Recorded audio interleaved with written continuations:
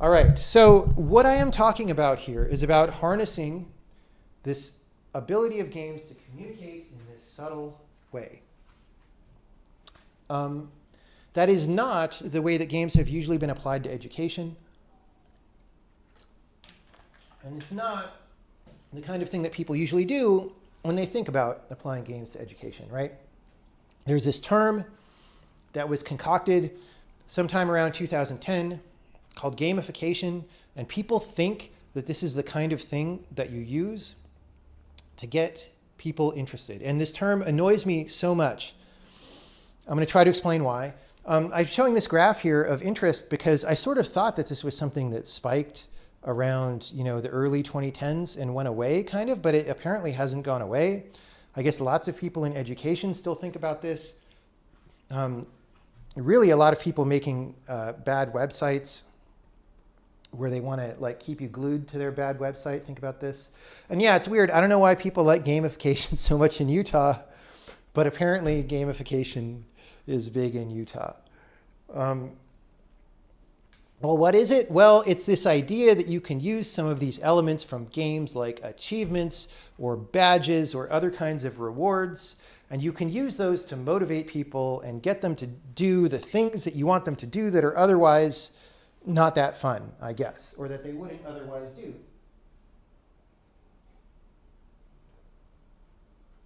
And well, I think this is really bad for a lot of reasons. Let me try to explain. First of all, this stuff didn't come from games, right? This kind of thing about giving out achievements and badges and rewards has been around for hundreds or thousands of years by people who did it better than video games have done it, right? If you're in the military and you get a medal, you probably did something really serious to get that medal. And the military knows that. They don't give them to everyone, right? They know that the reason that you get respect for having a medal, the reason the medals are valuable is that they don't give them to everyone, right? They give them to people who earn them. If you get a medal in a video game or on a website, it means that you at least were able to breathe through your mouth long enough to stay alive to get the medal, but it doesn't mean much more than that, right? And so these are things, first of all, that have been done better in other places. And not just militaries, you have organizations like the Boy Scouts or Cub Scouts, I don't know, this is Boy Scouts, copying that, right? You have, airlines have been doing this forever where you get frequent flyer miles and level up. All of this came before this gamification trend.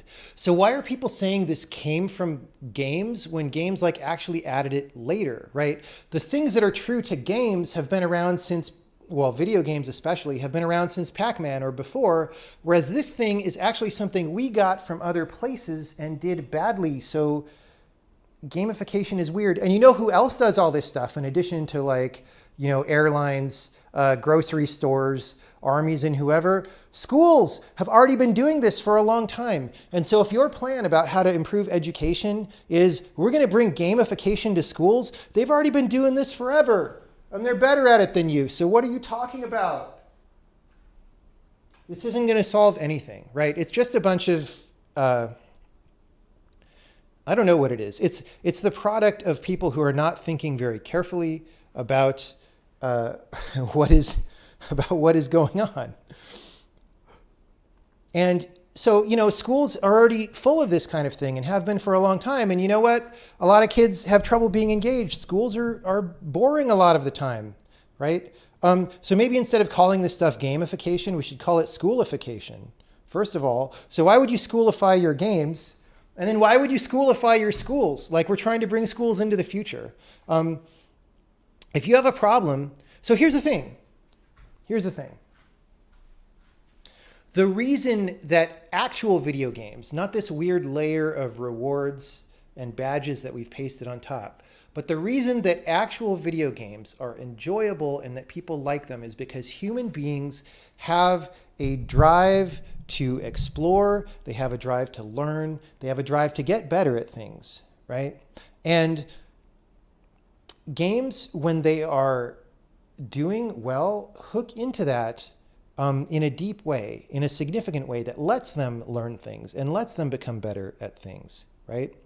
It comes at the cost that people know that they are being manipulated. All right. And it comes at an opportunity cost. So let me talk about that. Oh, wait, actually, let me talk about this.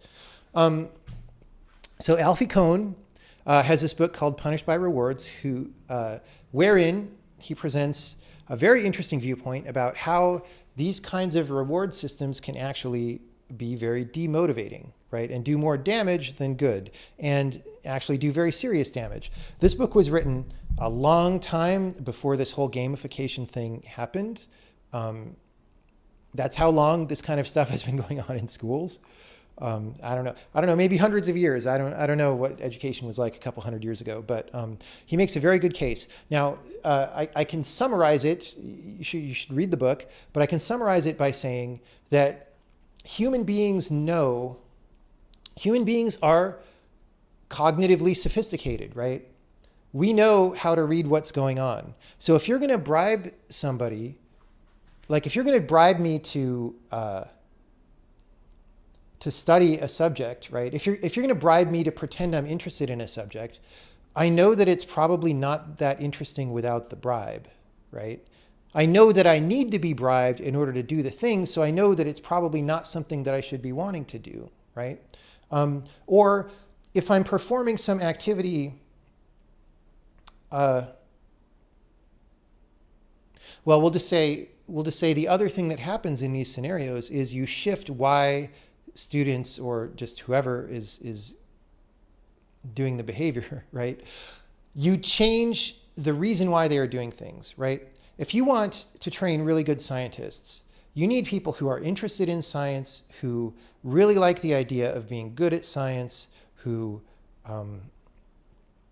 have positive mental and psychological associations with science and the way science is done. And if you try to bribe them to